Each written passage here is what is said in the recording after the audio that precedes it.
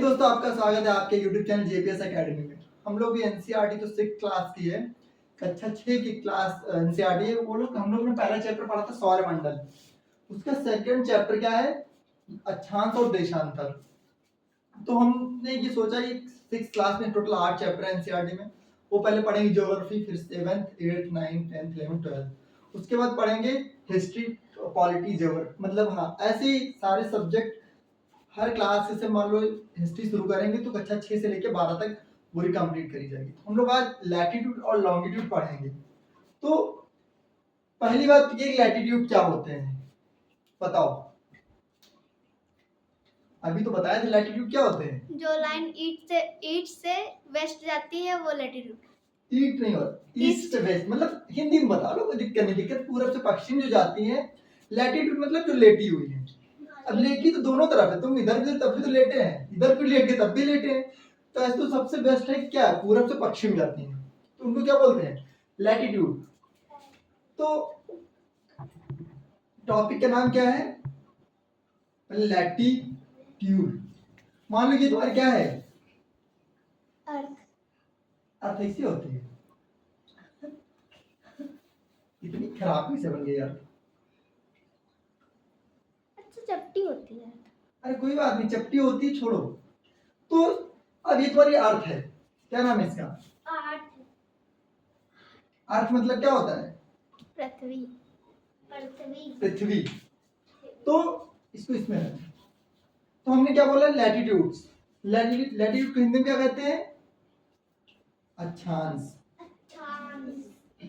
अक्षांश। तो हमने बताया जो पूरब से पश्चिम भूमध्य रेखा, मतलब पृथ्वी के बीचों बीच से, अब इतना तो नहीं पता लेकिन ये लगभग मैं बीचों बीच इसका मान लेता हूँ, ये क्या है 0 डिग्री। इसको क्या बोले, इक्वेटर, भूमध्य रेखा। भूमध्य रेखा मतलब भूमि है, भूमि के बीच से जा रही। तो ये क्या है तुम्हारी, ये अक्षांश। मैंने क्या बताया कि भूमध्य रेखा से जो पृथ्वी पे पूर्व से पश्चिम की तरफ जो रेखाएं होती, काल्पनिक रेखाएं, उनको क्या बोलते हैं, अक्षांश बोलते हैं। 0 डिग्री। और इन जो है ये क्या होती है, समानांतर होती है। इसको तुम चाहे जितनी खींचो, ऐसे खींचते चले जाओ, ऐसे खींच लो, एक दूसरे को काटेंगी तो ऐसे भी नहीं, लेकिन समानांतर है ना, तो एक जगह पे मिलेंगी, मिल नहीं कहीं पे, कहीं मिल रही है नहीं।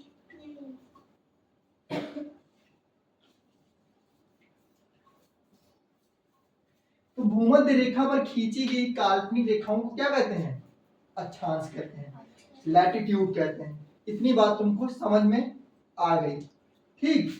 अब लैटिट्यूड तो समझ में आ गई, तो बात करते हैं कर्क रेखा, मकर रेखा। ये 0 डिग्री है, ये 0 डिग्री है। 0 डिग्री से 23.5 डिग्री किधर, नॉर्थ में, और 23.5 डिग्री साउथ में, क्या कहलाता है, 23.5 डिग्री नॉर्थ, कर्क रेखा। कर्क रेखा उधर लिख देते हैं, इधर तो लिख देते हैं ना, 23 1/2, इसको क्या कहेंगे, कर्क रेखा। और इसको 23 सही 1/2, मकर रेखा। इतनी बात समझ में आ गई। अब इसके ऊपर थोड़ा सा और बढ़ेंगे, इधर बढ़ जाते हैं थोड़ा सा और। ये क्या होगा, 66, इसको क्या बोलेंगे, इसको क्या बोलते हैं, 66। इसको बोलते हैं आर्कटिक वृत्त, आर्कटिक सर्किल, ठीक है। क्या बोलते हैं, आर्कटिक सर्किल, आर्कटिक वृत्त या सर्किल, नॉर्थ में, ठीक। ये भी याद रखना है, किधर होगा ये, नॉर्थ में। यही अब इधर हो जाएगा साउथ में, तब इसको क्या बोलेंगे, अंटार्कटिक। क्या बोलेंगे, अंटार्कटिक सर्किल, आर्कटिक वृत्त। अच्छा, ऐसा क्यों, क्योंकि इधर क्या है, अंटार्कटिक होता है, इधर आर्कटिक होता है, पता है ना तुमको, ऊपर आर्कटिक होता है, नीचे अंटार्कटिक होता है। इधर एशिया होता है, सॉरी इधर एशिया होता है, ऑस्ट्रेलिया होता है, अमेरिका इधर होता है। मैप आगे जब मैप क्लास होगी तब कराएंगे, ठीक। अब और चलेंगे थोड़ा, अभी किधर जा रहे हैं हम लोग? पोल्स पे जा रहे हैं। पोल्स एक तो होता है ना साउथ और नॉर्थ साउथ, सॉरी नॉर्थ और साउथ, ये क्या है? डायरेक्शन था, ईस्ट और वेस्ट, ऐसे तो याद रखना है। अब नॉर्थ पोल पे क्या होगा? ये यहाँ 90 डिग्री, 90 डिग्री नॉर्थ और 90 डिग्री साउथ, इसको क्या कहेंगे? दक्षिणी ध्रुव, दक्षिणी ध्रुव और उत्तरी ध्रुव। याद रखो, जब भी तुम मैप में देखोगे तो मैप अगर तुम अपने सामने पकड़ते हो तो जिधर तुम्हारा राइट हैंड है उधर क्या होगा? ईस्ट होगा, इधर वेस्ट होगा, जिधर तुम्हारी खोपड़ी है, सर है, उधर क्या होगा? साउथ होगा, सॉरी नॉर्थ होगा, और नीचे क्या होगा? पैरों की तरफ साउथ होगा। इतनी बात समझ में आ गई। अब अगला क्वेश्चन तुमसे पूछेगा, ठीक है अब ये कर्क रेखा है तो भारत हमारा कहाँ है? इसी जगह पे थोड़ा सा होगा ऐसे, बहुत अच्छी मैप है मेरी, ठीक, ये भारत हो गया। कर्क रेखा यहां से ऐसे गुजरती जाती है, देखो गुजरात के सामने बन गया, ऐसे गलती से बन गया। तो तुमसे सवाल, कोई भी एग्जाम का सवाल उठा के देख लोगी तो तुमको कहीं ना कहीं एक क्वेश्चन मिल जाना ही जाना है कि कर्क रेखा भारत के किन राज्यों से गुजरती है। तो कर्क रेखा भारत के कितने राज्यों से गुजरती है? 8 राज्यों से गुजरती है। 8 राज्यों से कौन सी रेखा गुजरती है? कर्क रेखा। कर्क। कौन कौन सी? गुजरात से जाती है, झारखंड से जाती है, ठीक, एमपी से जाती है, मध्य प्रदेश से, छत्तीसगढ़ से जाती है, गुजरात, झारखंड, मध्य प्रदेश, छत्तीसगढ़, पश्चिम बंगाल मतलब वेस्ट बंगाल से जाती है, त्रिपुरा जाती है और मिजोरम जाती है। 1 2 3 4 5 6, और कहाँ से? गुजरात हो गया, राजस्थान भूल ही जाओ, राजस्थान हो गया, गुजरात से जाती है, राजस्थान से जाती है, मध्य प्रदेश से जाती है, झारखंड, छत्तीसगढ़, वेस्ट बंगाल, त्रिपुरा और मिजोरम। 8 हो गए ना, टीएम लिख दिया था तभी वो गलत हो रहा था, ठीक। त्रिपुरा अलग है, मिजोरम अलग है। तो एग्जाम में तुमसे पूछता है, सिर्फ वनडे एग्जाम दोगे तो पूछ लेगा कि भैया ये बताइए, क्वेश्चन में होगा कर्क रेखा भारत के किन राज्यों से जाती है, तो ऑप्शन देगा 2 7 8 9, तब आंसर क्या हो जाएगा? 8 राज्यों से। अगर तुम स्टेट लेवल का एग्जाम दोगे तो पूछेगा निम्नलिखित में से राज्यों में से कहां से किन किन से गुजरती है, तो ऑप्शन दे देगा, तुमको कहेगा ठीक है बताओ, मध्य प्रदेश, उत्तर प्रदेश, उड़ीसा, झारखंड। तब ऑप्शन क्या होगा? ऑप्शन ए दे देगा कि 1, ऑप्शन बी 1 2, ऑप्शन सी 1 2 3, ऐसे करके देगा। तो तुमको ये चीज पता होना चाहिए कि कर्क रेखा भारत कितने राज्यों से गुजरती है? 8 राज्यों से गुजरती है। गुजरात, राजस्थान, मध्य प्रदेश, छत्तीसगढ़, झारखंड, पश्चिम बंगाल और त्रिपुरा, मिजोरम, ठीक। तो इतनी बात हो गई, इसको इरेज करें एक बार, फिर पढ़ाते हैं लॉन्गिट्यूड। तो लैटिट्यूड में बस तुमको इतनी बातें याद रखनी है। अगर तुमसे पूछेगा एग्जाम में देते कि ठीक 66.5 डिग्री नॉर्थ में क्या है, तो तुमको पता होना चाहिए आर्कटिक वृत्त है। कोई आके पूछ दे तुमसे कि ठीक है 23.5 डिग्री साउथ में क्या है, तो मकर रेखा है। अच्छा, हम इसका बहुत ज्यादा इसीलिए भारत में क्या है, तो आगे पढ़ाएंगे, अभी नहीं, जितना जरूरी है वो पढ़िए, आगे चैप्टर में जो चीजें आएंगी वो वहां पे डिस्कस करी जाएंगी। क्योंकि इस यही कर्क रेखा पे होने की वजह से हम हमारे भारत में क्या है, जो मौसम का परिवर्तन होता है इसी वजह से ज्यादातर होता है। आगे जब पढ़ेंगे तो और क्लियर हो। तो इतनी बातें तुमको इंपॉर्टेंट है, याद रखनी है, ऐसे बना लोगे एक बार तो दिमाग में बैठ जाएगा। समझ में आया? ठीक, अब आगे चलते हैं।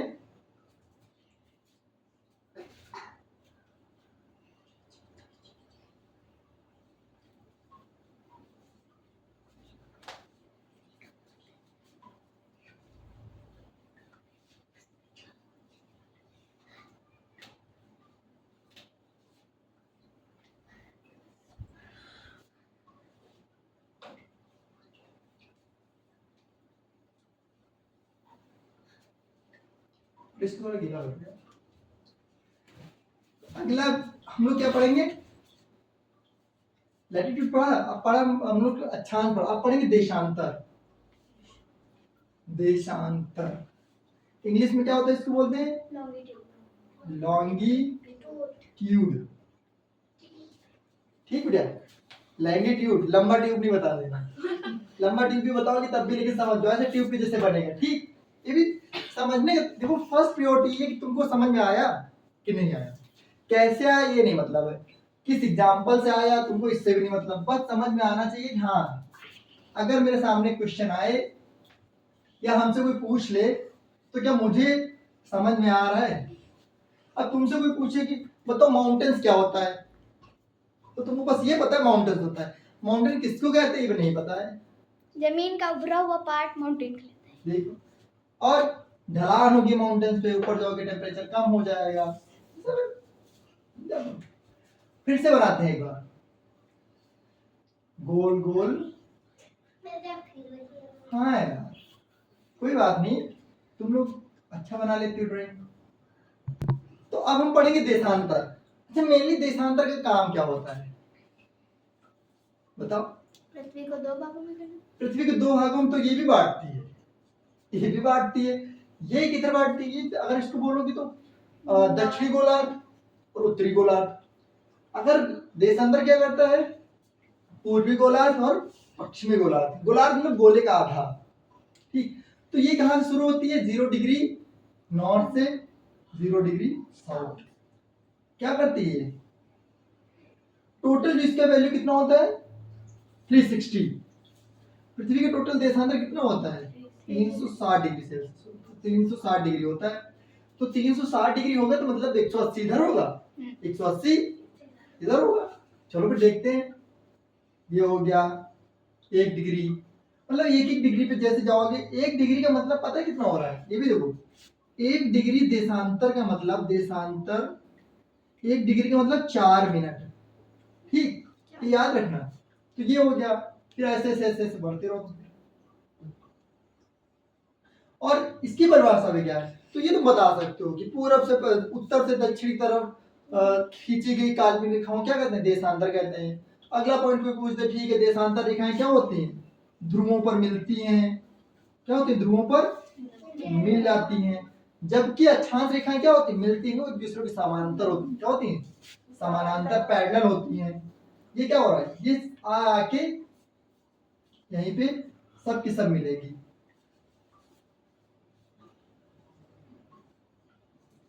भले मेरा फिगर ना बने, तुम लोग समझ सकते हो कि जितनी भी होंगी सब कहाँ मिलना है, ध्रुवों पे, पोल्स। ध्रुव इंग्लिश में क्या कहते हैं, पोल्स कहते हैं।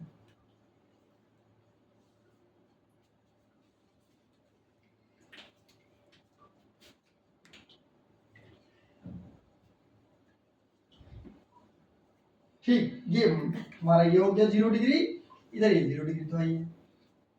अब क्या हो गया, ये तुम्हारा क्या हो गया, नॉर्थ साउथ ईस्ट वेस्ट। अब ये क्या कर रहे हैं, दो भाग में इसको क्या कर, एक तो उत्तरी पूर्वी गोलार्ध और पश्चिमी गोलार्ध, इसमें बांट रहे हैं, ईस्टर्न हेमिस्फीयर हेमिस्फीयर और वेस्टर्न हेमिस्फीयर। समझ जाओ, पूर्वी गोलार्ध और पश्चिमी पश्चिमी गोलार्ध। अब ये जो है, तो अभी तुम्हें हमने बता ही दिया 1 डिग्री मतलब 4 मिनट। इनका मेनली काम क्या होता है, ये पृथ्वी पर क्या बताती हैं, किसी जगह की क्या बताएंगी, एकदम स्थिति बताएंगी, लोकेशन बताएंगी। क्योंकि इनका प्रयोग कहाँ होता है, जब भी समुद्र के अंदर नाव चलती है, महासागर में नाव, वहां पे रास्ता तो है नहीं, तुमको दिख तो रहा नहीं किधर, मैप नहीं वहां का, वहां पे कैसे पता चलेगा कि हमको किधर जाना है। ये तुमको पता है कि लैटिट्यूड लॉन्गिट्यूड पता है, तो तुमको पता है कौन सा देश किस लैटिट्यूड पे है, हमको उधर जाना है। तो ये क्या करती हैं, डायरेक्शन बताती हैं। नौका वाहन में क्या करती है, मदद करती है नौका वाहन में। और क्या बताती है, समय के बारे में भी बताती है। तो 180 डिग्री क्या होगा, इधर हो जाएगा 180 डिग्री ईस्ट और नॉर्थ वेस्ट, सॉरी वेस्ट। अच्छा अब ये बताइए, हम लोग किधर हैं, इधर है, इधर है, इधर वेस्ट ईस्ट ईस्ट ईस्ट में है। और लगभग लगभग कितनी, मान लो ये 80.32 डिग्री ईस्ट। ठीक, और यहीं पे क्या है, भारत का मैप बना हुआ है और यहीं से एक लाइन गुजरती है, इसको क्या बोलते हैं? IST, मतलब इंडियन स्टैंडर्ड टाइम। और ये भारत में कहां से गुजरती है? उत्तर प्रदेश के मिर्जापुर से गुजरती है। कहां से? मिर्जापुर से गुजरती है। और दूसरी बात, अब 0 डिग्री देशांतर ये कहां से गुजरती है? इंग्लैंड का जो ग्रीनविच है, इंग्लैंड के ग्रीनविच से गुजरती है। और इसका काम क्या है? कि समय का निर्धारण करती है पूरी लगभग दुनिया में। अच्छा, अब दूसरी बात, तुमको तुम्हारे देश के समय में, भारत के समय और बाकी कंट्रीज के समय में तुम कितने घंटे का फर्क होगा? लगभग क्या होगा? 2 घंटे का फर्क दिखेगा। जितना तुम्हारा यहाँ इंडिया में समय होगा तो कहाँ पूरे देश में क्या 2 घंटे का तुमको अंतर दिख जाएगा। तो जीएमटी क्या होता है? जीएमटी बस वही कि पूर्वी देशांतर, मतलब जीएमटी मतलब 0 डिग्री देशांतर से खींची गई जो काल्पनिक रेखा है उसको क्या बोलते हैं? जीएमटी बोलते हैं, Greenwich mean time, Greenwich mean time बोलते हैं। ठीक है। और अच्छा, ये तो पता हो गया कहां से गुजरती है। तो भारत का जो स्टैंडर्ड टाइम है तो क्या है? इसी की वजह से यही कारण है कि हमारा जो समय है, चाहे आप अरुणाचल प्रदेश में बैठे हो चाहे गुजरात में बैठे हो, तो तुमको ये पता चलेगा कि हमारा समय इसीलिए सेम रहता है। ठीक। अब क्या होता है? एक होती है इंटरनेशनल डेट लाइन, आईडीएल होती है। आईडीएल का काम क्या है? आईडीएल इसका काम क्या है? अच्छा, ये कहां से आती है? ये भी इंग्लैंड जो 0 डिग्री देशांतर से है वहीं से आती है, लेकिन बीच बीच में क्या होती है? मुड़ जाती है।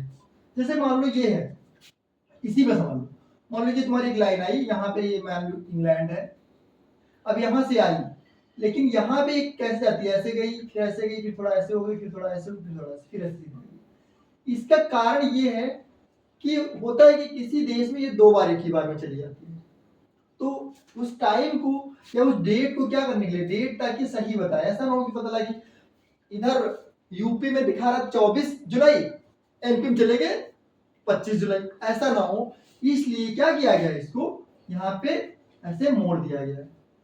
इतनी बात समझ में आ गई? तो बेसिक चीज है, ज्यादा कुछ नहीं। आइडियल क्या होता है? बस सीधी बात जान लो, ये पूरी डेट लाइन है जो बताती है पूरे देश में डेट लगभग सेम होगी। नहीं तो पता लगे इंडिया में अलग डेट है, साउथ अफ्रीका में अलग है, अमेरिका अलग है, पाकिस्तान अलग है, बांग्लादेश अलग है, तो ऐसा ना हो। इतने बात समझ में आ गई। आईएसटी तुमको समझ में आ गया। अब क्या बचा? जीएमटी भी बता दिए। और इसमें कुछ बचा है?